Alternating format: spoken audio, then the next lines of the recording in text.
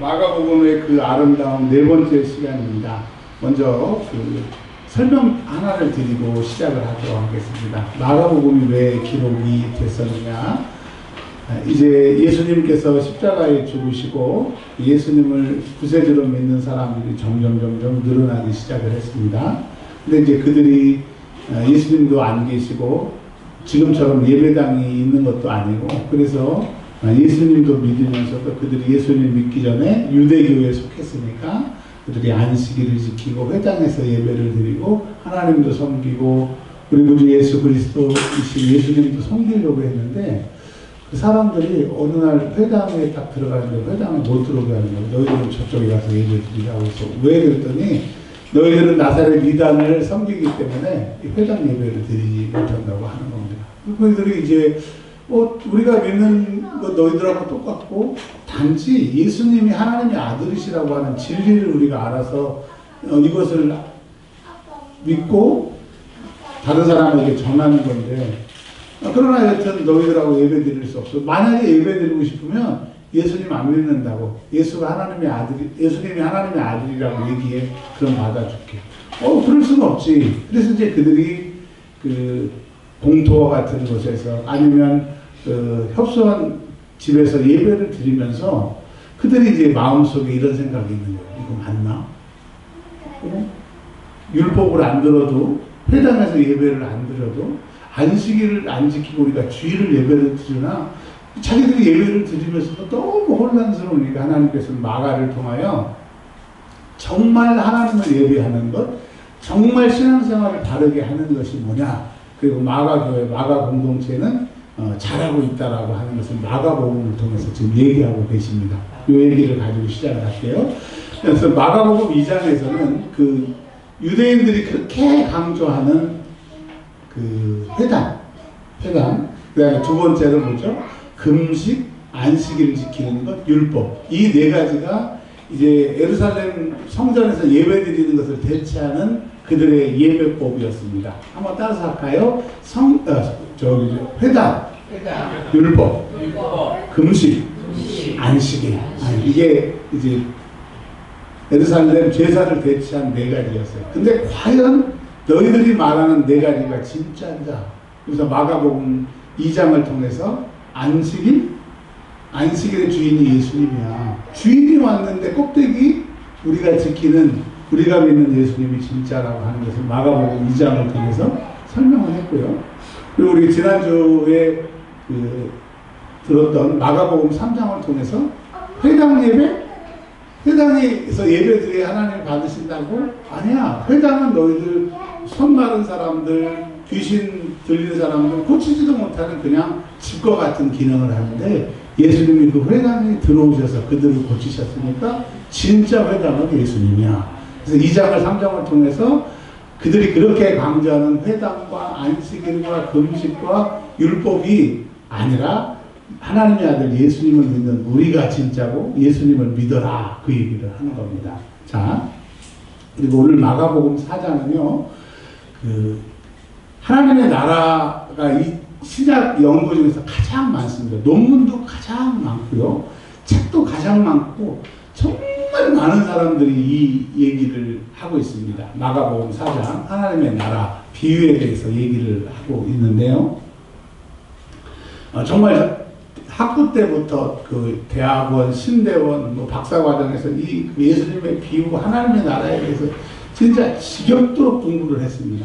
근데 이번 일주일 내내 마가복음을 계속 읽고 하나님, 정말 이게 하나님이 원하시는 말씀인가요? 진짜 좀 가르쳐 주세요라고 한 주간 동안 매달렸더니, 와, 하나님께서 저에게 새로운 답을 주셨는데 한번 들어보셔요. 자, 마가복음 4장은요, 뭘 얘기를 할 거냐면, 너희들이 율법이 하나님 섬기는 거고 율법을 지키는 게 하나님 섬기는 거라고 하는데, 이것을 재해석해 준 거예요. 진짜 율법이 뭐냐? 율법을 잘 지키는 것이 뭐냐? 마가복음 4장을 통해서 얘기를 해 주십니다. 한번 이제 들어가 볼게요.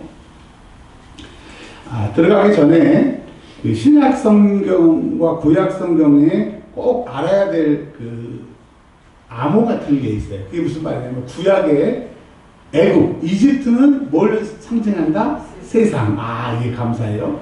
그 다음에 가나안은 어디를 상징한다? 천국. 이게 이제 구약에서 꼭 알아야 될 거고요. 신약에서 한 가지만 아시면 됩니다. 특별히 이제 요한계시록하고 연관되어 있는데 바다. 바다는 뭘 얘기하느냐? 세상을 말하는 것이고 그 세상 중에서도 악한 세력이 장악하는 세상을 상징하는 겁니다. 이게 그 신약 성경에서는 그냥 바다로 나와 있지만 1세기나 그 기원 전에 그 고대 근동이나 또 그리스 이런 문헌들을 보면 바다는 악마가 살고 그 신들이 접근하기가 꺼려하는 그런 곳이 바다라고 나와 있습니다. 자, 여러분 그리스 신화에 그 하늘을 다스리는 신이 있어요. 그리고 그 지옥을 다스리는 신이 있고 바다를 다스리는 신이 있습니다. 하늘을 다스리는 제우스, 그 다음에 지옥을 다스리는 하데스가 있고요. 그 지옥을 다스리는 이게 다 한 형제예요. 제우스하고 그 다음에 바다를 다스리는 신이 포세이돈이라고 하거든요. 그래서 이 성경이 기록될 때 그것을 보면 바다는 안 좋은 거예요. 바다는 죽음이고 바다는 신들도 손대기가 꺼려하는, 그리고 성경에서는 세상을 말하는 것입니다. 그것도 악한 영들이 점령하는 것을 말하는 거예요.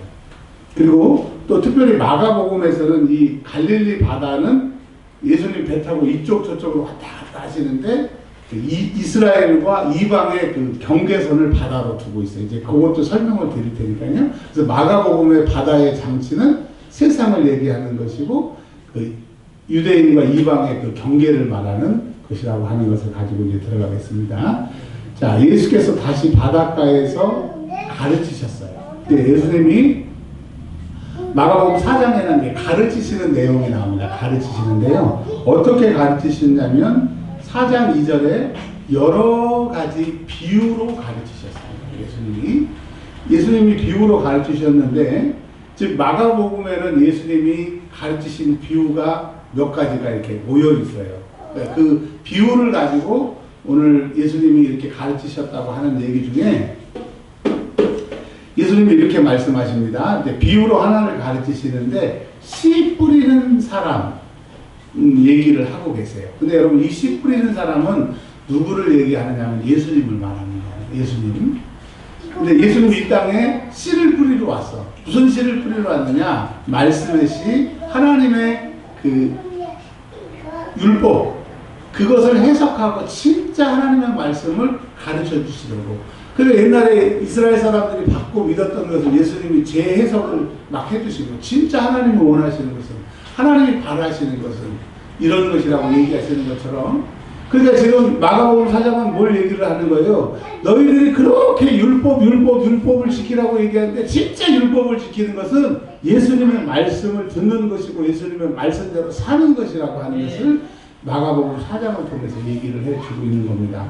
자, 예수님이 이 땅에 씨를 뿌리러 오셨는데 어떤 사람들, 저기 보면 4장 1절에 큰 무리가 모여들었어요. 예수님이 가시는 곳마다 큰 사람들이 모여들었는데 씨 뿌리는 자로서 예수님이 이 땅에 오셨는데 그 많은 사람 중에 일부는 길가와 같은 마음을 가진 사람이라고 얘기를 하고 있습니다. 자, 길가는 예수님이 10절부터 그 해석을 해주셨는데 15절을 한번 읽어보세요. 15절. 길가에 뿌려졌다고 하는 것을, 다른 설명 말고 예수님이 설명해 주셨으니까 예수님의 설명을 한번 들어보시자고요. 자, 내가 이 세상에 와서 보니까 말씀을 선포했는데 길가 같은 사람들이 있더라. 자, 여러분 길가 같은 사람이 뭐예요? 사단이 즉시 와서 그들에게 뿌려진 말씀을 빼앗는 사람이고. 그러니까 오늘 제가 아까 말씀드렸잖아요. 20절에 듣고 받아가 마가복음 4장의 키워드인데, 즉 우리가 예수를 믿고 하나님을 섬긴다고 또 유대인들도 하나님의 율법을 잘 듣는다고 하지만 그 중에 일부는, 그러니까 네 부류가 나오니까 25%는 4분의 1은 뭐라고 그러는 거예요? 말씀을 들어요. 듣지만은 말씀을 빼앗기는 거예요. 누가? 사단이 빼앗기는 거예요. 여러분, 우리는 예수님의 말씀을 들어야 사는 거예요. 율법을 들어야 사는 게 아니라 예수님의 말씀을 들어야 되는데 그 말씀을 못 듣게 하는 그 세력이 있다는 거예요. 자, 20절에 보면 좋은 땅에 뿌려졌다는 것은 말씀을 듣고 그 다음이 바다예요. 근데 이제 그 세 분류는 예수님의 말씀을 듣는 사람만이 있어요. 자, 길가에 들었는데 마귀한테 뺏겨. 자, 5절에 또 어떤 씨 뿌리는 사람이 씨를 뿌렸는데 돌밭에 씨를 뿌렸대요. 자, 돌밭은 예수님이 그 해석을 17절에 해주셨어요. 예수님 해석이 정확하니까 17절 시작. 그 속에 뿌리가 없어 잠깐 견디다가 말씀으로 인하여 환난이나 박해가 일어나는 때에는 곧 넘어지는 자예요. 그러니까 그 네 부류 중에 지금 한 부류는 말씀을 들었는데 사단이 뺏어가고 또 한 부류 길가는 말씀을 들었는데 말씀으로 인하여 즉 내가 은혜 받았어 말씀대로 살아야지 그렇게 작정을 하고 이제 그렇게 살으려고 보니까 어떻게 돼요? 환난이 오고 박해가 오는 거예요. 그러니까 우리는 이제까지는 너희가 율법을 들으면 살고 율법이 너희를 살릴 것이라고 얘기했지만 예수님이 율법을 듣는 것으로만은 안 돼. 들어봤자 사단이 뺏어가고 들었는데 그렇게 살려고 하는데 인간의 육체의 연약함 때문에 안 돼. 그 다음에 세 번째 가시떨기에 떨어졌다는 거예요. 자, 가시떨기는 뭐라고 얘기를 하십니까? 19절에 해석을 해주세요. 시작. 자, 18절에 말씀을 듣기는 하되 자, 전부 다 들어요. 길가도 듣고 돌짝밭도 듣고 가시떨기도 들어요. 말씀을 듣는데 19절 시작. 세상의 염려와 재물의 유혹과 기타 욕심이 들어와 말씀을 막아 결실하지 못하게 되는데 전부 다 들어. 듣지만은 이번에는 그 길가는 사단이 뺏어가고 돌밭은 그렇게 살자니까 환난 때문에 안 되고 가시떨기는 뭐라 그래요? 말씀을 듣기는 하지만 욕심, 유혹, 염려들이 막아버려서 말씀대로 못 산다고 하는 거예요. 그러니까 여러분 예수님이 율법을 들으면 율법을 지키면 너희들이 구원받는다고 그렇게 얘기를 하는데 율법으로 구원받는 사람 한 사람이라도 있으면 나와봐라. 없다 이거야. 그런데 이제 예수님께서 율법을 듣는 거 말고 한 가지를 더 추가하면 너희들이 구원받는다고 하는 율법을 완성시키러 오신 거예요. 그게 뭐예요? 자, 너희들이 길가와 같이 돌짝밭과 같이 가시떨기와 같이 듣지 말고 뭐라고 그래요? 20절에 보면 말씀을 듣는 다음에 말씀을 받으래요. 이 말씀을 받는다는 것은 뭐예요? 내 신비에 마음에 새겨놓는 거예요. 이제는 내 마음대로 내 원칙대로 살았지만 이제 주님이 이렇게 말씀하셨으니까 죽도록 충성하라. 내 죽을 거야. 충성하다가 죽을 거야. 이렇게 내 마음에 그렇게 작정하기로 하는 것을 받아라고 얘기를 하고 계시는 거예요. 그러니까 이제까지는 너희가 길가, 돌밭, 가시떨기가 된 것은 말씀을 듣기만 하지 그렇게 살려고 결단하지 않았고 그렇게 살려고 마음을 먹지 않았기 때문에 생각만 했기 때문에 안 되는 거예요. 전에도 늘 말씀드렸던 감화와 감동에 대해서 다시 한번 말씀드릴게요. 여러분 감화가 좋다고 그랬어요? 감동이 좋다고 그랬어요? 감사해요. 까먹었어요. 감사해요. 감화가 뭐예요? 마음속으로 맞아 듣는 게 감화예요. 감동은 뭐예요? 들어서 이제 행동으로 옮겨지는 것, 액션이 나오는 게 감동이라고 하는 거예요. 그러니까 너희가 율법은 너희를 감화를 시켰어. 길가와 같이 가시와 같이 돌짝밭과 같이 이렇게 살아야 되겠네. 근데 살려고 하니까 너무 힘든 거야. 에이 다음에 사람인데 이렇게 할 수 있나. 그래서 예수님이 이 땅에 오신 것은 너희가 감화 갖고는 안 돼. 이제 그 말씀을 내 안에 딱 들어서 이 말씀을 이렇게 살겠다고 아예 그냥 이 말씀대로 살겠다고 죽기로 작정을 해. 이게 바다라고 얘기를 하고. 그렇게 되면 어떻게 되느냐. 30배, 60배, 100배 8절과 20절에 말씀이 나와 있어요. 그러니까 하나님의 말씀을 듣지 말고 그렇게 살기로 할 수 없지만 안 되지만 불가항력적인 성령 하나님 나에게 오셔서 이렇게 말씀을 받아서 내가 그렇게 살려고 받았으니까 나 좀 도와주십시오 하는 자에게 30배, 60배, 100배로 하나님이 역사하시겠다. 성경에 두 번 나오는 것은 반복입니다. 그렇게 하겠다는 얘기예요. 그래서 8절과 20절에 30배, 60배, 100배는 말씀을 듣지만 말고 그렇게 이제 내가 오늘부터 기도해. 그 다음에 기도하리라. 작정하고 주님 나를 기도할 수 있도록 도와주세요. 그렇게 살려고 내 삶을 결정을 하게 되면 성령님께서 나를 도와주셔서 30배, 60배, 100배로 하게 하시고 이미 예수의 말씀이 내가 받았으니까 내 안에 있기 때문에 그 말씀이 이제 역사하시는 거예요. 그 얘기를 지금부터 할 겁니다. 근데 도대체 그렇게 목숨같이 아낀 그 율법보다 예수가 또 어떤 사람이고 예수의 말이 도대체 뭔데 그 말씀을 듣고 받으라고 했느냐 그 얘기를 35절부터 41절까지 하고 있습니다. 그러니까 원래는 20절까지 해놓고 그 다음에 35절부터 41절까지 그 말씀하신 예수는 이런 분이야 라고 설명하고 그분이 이렇게 하셨어.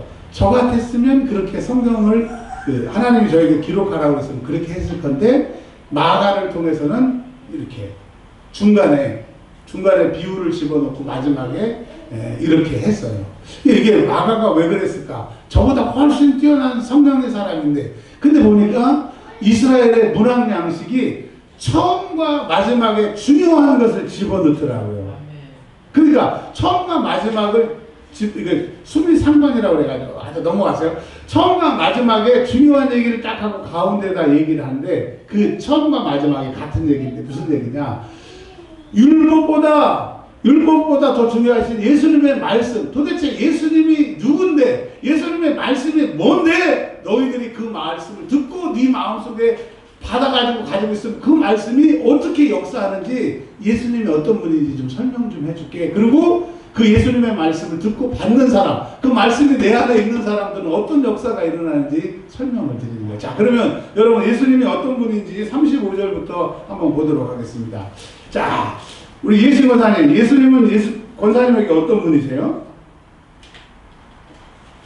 나의 모든 것을 보고 계시는 분. 자, 작은 사모님은 예수님이 사모님에게는 어떤 분이세요? 내 죄를 위해서 죽으시고 나를 제일 사랑하시는 분이에요. 자, 그러면 그 마가복음 4장에서 그 얘기보다 더 하고 싶은 얘기가 있는데 한번 볼게요. 그날 저물 때는 마가복음 4장의 그날입니다. 그날 예수님께서 배 위에서 가르치시고 많은 무리들은 육지에 앉아가지고 예수님의 말씀을 듣는 그날이에요. 그러니까 진짜 예수님이 가르치셨던 여기를 가보니까 그 배에서 이렇게 앉아서 얘기를 하면 사람들이 앉아있는 이렇게 낮은 구름 같은 데에서 기가 막히게 멀리 이렇게 들리더라고요. 그래서 예수님 왜 배에 앉으셨느냐? 사람들에게 이렇게 잘 전달할 수 있도록 그렇게 앉으셨더라고요. 그리고 아까 말씀드렸죠. 배는 뭘 말하는 거예요? 세상을 말해요. 세상. 그러니까 예수님 배에 타고 계시고 바닷가에서 지금 가르치시는 것은 예수님이 오시기 전에 이 세상은 그 세상 임금이 장악해가지고 어떻게 하나님의 나라가 일도 없는 이런 곳에서 예수님이 사단 마귀를 칼과 창으로 찌르시는 것이 아니라 요한계시록에 의하면 말씀은 예수님, 검은 예수님의 말씀이니까 예수님이 말씀하시면 그 말씀이신 검이 하나님의 나라를 확장시키고 악한 마귀 세상을 점점 축소시켜서 하나님의 나라가 확장시키는데 예수님의 무기는 뭐예요? 말씀의 검이라고 하는 거죠. 자, 근데 예수님이 저 건너편으로 가자라고 얘기를 하십니다. 아까 말씀드렸잖아요. 이 갈릴리 바다는 이스라엘과 이방의 경계고 예수님이 왔다 갔다 하시는 건 뭐예요? 이 복음이 여기에만 머물지 말고 이제 온 세상으로 전파되어야 되겠다라고 하는 진짜 예수님이 그렇게 하셨고 이 기록을 문화 장치를 통해서 하나님의 나라가 확장. 예수님이 지금 하나님의 나라를 확장시키는 거예요. 우리는 땅끝까지 이르러 내 증인이 되라고 하는 것은 예수님의 말씀을 듣고 예수님의 말씀을 받아가지고 그 말씀 가지고 얘기하면 선포하면 하나님의 나라가 확장되니까 너희도 이 세상으로 나가서 말씀을 전하라고 하는 얘기입니다. 자, 근데 36절에 제자들이 예수님을 배에 계신 그대로 이제 바다 건너로 가고 있었습니다. 가고 있었는데 큰 광풍, 한자로 말하면 미친 바람입니다. 바람이 얼마나 세게 불었는지 막 미쳐가지고 그냥 바람이 부니까 막 파도가 치고 막 배가 막 뒤집히게 생긴 거예요. 첫 번째, 뭘 얘기를 하느냐. 이 세상은 예수님도 못 알아본다. 미친 세상은 세상의 주인이신 예수님이 이 땅에 오셨는데도 악한 세상에 영향을 받고 사단에게 영향을 받아갖고 미친 예수님이 오시면 바다가 가만히 있어야 되잖아요. 근데 이 미친 세상은 하나님의 아들 창조주가 오셨는데도 창조주한테 대항을 하는 세상이 됩니다. 그러니까 여러분, 이 세상에서는 예수님 믿으니까, 하나님의 자녀니까, 교회 다니니까, 목사니까 아무 어려움이 없다. 절대 그렇지 않다. 예수를 믿는 사람이나 믿지 않는 사람이나 환난과 핍박이 오고 어려움이 오기 때문에 세상 사람들은 그 광풍에 의해서 고난을 당하고 그냥 끝이지만, 광풍을 당할 때 우리에게는 말씀을 듣고 받은 우리 이 예수님을 꺼내야 됩니다. 그래서 말씀이 왜 필요하냐? 환난과 어려움일 때 들었던 말씀을 이제 꺼내는 거예요. 자, 예수님이 38절에 예수님은 예수님이시죠. 우리와 달라요. 미친 바람이 불면 우리가 생각하기에 갈릴리 호수나 요만한 이런 데가 아니에요. 21km, 38km 이래가지고 어마어마해. 끝이 안 보일 정도. 끝은 보이죠. 길 건너 마을을 보일 정도인데 어마어마하거든요. 근데 거기서 광풍이 막 일고 이러면 못 살죠. 무서운데. 근데 38절에 예수님이 뭐하고 계세요? 배 뒤편에서 주무시고 계세요. 이 얘기는 뭐예요? 예수님은 세상을 무서워한다, 무서워하지 않는다. 예수님과 세상에 미친 바람은 대적이 된다, 안 된다? 안 된다는 거예요. 그렇잖아요. 이한이가 저한테 와가지고 할아버지 한번 꼰트 한번 해요. 그리고 막 자기가 있는 힘을 다해서 저한테 덤비면 제가 잘못했어요. 용서해주세요. 다시는 안 그럴게요. 그럴까요? 손가락으로 이마만 딱 짚으면 손이 안 나. 손이 안 나. 그러니까 이한이와 저를 비교한 것처럼 우리 예수님과 세상은 이게 급이 달라. 이게 창조주와 피조물이기 때문에 급이 달라. 근데 우리는 창조주 하나님은 안 보이고 하나님의 아들은 안 보이고 황만 보니까 막 미쳐가지고 그냥 우리가 죽게 됐는데 왜 안 도와주냐고 예수님한테 혼내고 좋게 얘기했겠어요. 막 소리 지르고 인상 쓰고 예수님한테 막 그랬을 거예요. 분위기 험악했을 겁니다. 자, 근데 그것을 예수님이 뭐라고 그러세요? 40절에 어찌 믿음이 없느냐. 40절에 왜 무서워하느냐. 그러니까 너희들은 광풍은 알고 광풍은 무섭고 세상은 무서운 것은 알면서 내가 누구인지를 모르니까 그렇게 소리 지르고 무서워하고 두려워하는데, 내가 누구인지를 알면 믿음이 생기는 거고 내가 누구인지 아는 게 믿음이라고 하는 거예요. 내 모든 것을 아시는 분, 나를 다 지켜보고 계시는 분, 나를 구원하시는 분, 맞아요. 근데 오늘 마가복음 4장을 통하여 율법의 완성이신 예수님, 세상보다 강하신 예수님, 예수님 말씀 한마디면 어떻게 되는지 한번 보여줄까? 그러시면서 예수님이 일어나셔요. 근데 예수님도 제자들이 안 깨우시기 전에는 계속 주무셨을 거예요. 뭐 광풍이 예수님하고는 그 두려움의 대상이 아니에요. 그러니까 여러분, 환난 때는 첫 번째 예수님을 깨우세요. 깨울 때 천천히 깨우면 천천히 일어나실 거고, 급하게 깨우면 급하게 일어나실 거니까 환난이 오고 핍박이 올 때 우리가 철회하고 금식하고 소리 지르는 것은 예수님이 도와주시고 하나님 우리 아버지시지만 내가 급하니까. 그래서 여러분, 예수님의 제자들이 얼마나 소리 지르고 그랬겠어요. 그랬더니 예수님이 일어나셨어요.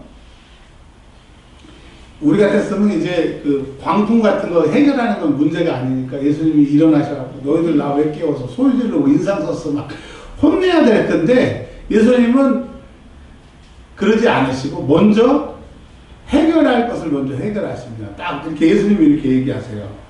막 엄청 예수님이 뭐라고 그러셨을까? 39절에 바람아 내 말 들으니 내가 너희에게 얘기할 거니까 잘 들어 이러셨을까요? 그냥 조금 평상시보다 조금 톤을 높이셨을까요? 그렇죠. 왜 예수님이 크게 얘기 안 하죠? 자기 얘기 안 하고 그냥 주님 말씀하시면 해결되는 거예요. 그러니까 여러분, 기도는 뭐예요? 주님, 내 파도와 같은 상황에 좀 말씀 한마디만 해주셔서 그 말씀 한마디 해주시면 해결되니까 한마디만 해주세요. 기도가 뭐예요? 주님, 내 상황에 한마디만 해달라고. 주님이 빨리 해주시려고 우리가 금식하고 소리 지르는 거 아닙니까? 근데 가장 중요한 것, 41절에 그가 누구냐 이거예요. 너희가 왜 믿음이 없느냐. 예수님이 누구인지를 모르니까 우리가 지금 우왕좌왕하고 있는 것 아닙니까? 아멘. 주님이 이렇게 얘기하세요. 바람아 잠잠해. 아멘. 그러니까 바람이 예수님 저 그렇게 얘기하시면요 우리 입장을 몰라서 그러는 겁니다. 우리도 다 먹고 살아야 되니까 좀 예수님 불편하시더라도 조금만 참아주십시오. 우리가 좀 한 3분만 더 불겠습니다. 그래야 우리 일당을 채웁니다. 그냥 예수님 말씀하시니까 그냥 뭐 상황도 상관없고 일기도 상관없고 뭐 기압도 상관없고 그냥 아멘. 바람이 잠잠하게 됩니다. 바다에게 뭐라고 얘기하세요? 잠잠하라. 아멘. 고요하라. 아멘. 그랬더니 아주 기가 막혀요. 표현이 바람이 그치고. 이 얘기는 뭐예요? 원어로 말하면 죽었다는 거예요. 예수님 말씀하시니까 죽었어. 그리고 아주 잔잔해졌다는 거예요. 그냥 그 미쳤던 바람이 없었던 거죠. 여러분 예수님이 말씀하시면 그렇게 된다. 아멘. 예수님이 하나님의 나라를 지금 비유로 가르치시는데 그 가르치시는 그 예수님이 어떤 분이냐? 말씀 한마디면 바람, 파도 다 잠잠케 하는 율법의 완성이신 능력이시다. 하나님이 세상을 말씀으로 창조하셨지 예수님도 하나님의 나라의 확장을 말씀으로 지금 하고 계십니다. 그래서 오늘 이 말씀을 통해서 뭘 얘기를 하는 거예요? 예수님이 어떤 분이에요? 하나님이세요. 하나님의 아들이세요. 그분이 말씀하시면 그대로 되는 겁니다. 죽은 나사로든 바다든 파도든 주님 말씀하시면 되는 겁니다.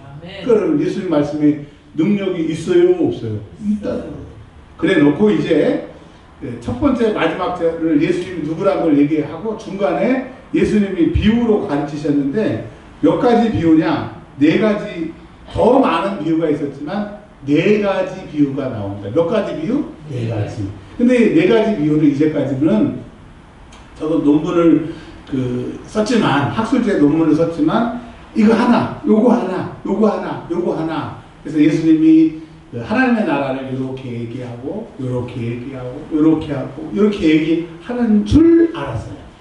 근데 일주일 동안 매달리고 기도했더니, 요거는 시리즈고, 다 앞에 건 뒤에 거를 물고 가고, 뒤에 거는 마지막까지 물고 가서 한 세트야. 여러분, 참치 스팸 세트 아시죠? 스팸 세트? 거기 보면 참치도 들어있고, 스팸도 들어있고, 뭐도 들어있는 것처럼, 요거는 이 4개가 엮여 있는 거예요. 자, 빨리 설명을 좀 드릴게요. 자, 너희가 씨 뿌리는 비유는 너희가 예수님의 말씀을 듣고 받아라. 그 얘기고요. 그 다음에 이제 21절에 등불을 얘기를 하고 있습니다. 등불을 얘기하고 있는데 예수님이 이렇게 얘기를 해요. 등불을 사람이 불을 켜는 것은 숨기려고 등불이 안 켜있는 것처럼 숨기려고 하는 게 아니라 불빛이 온 세상을 비치도록 등잔을 켜는 것이다 라고 얘기를 합니다. 근데 이제 22절 이거 넘어가도 되지만 참고적으로 22절 한번 읽어보세요. 시작. 드러내려 하지 않고는 숨은 것이 없고 나타내려 하지 않고는 감추인 것이 없으리라. 한국 사람 100명을 모아놓고 이게 무슨 뜻이냐고 얘기하면요 거반은 모르겠어요.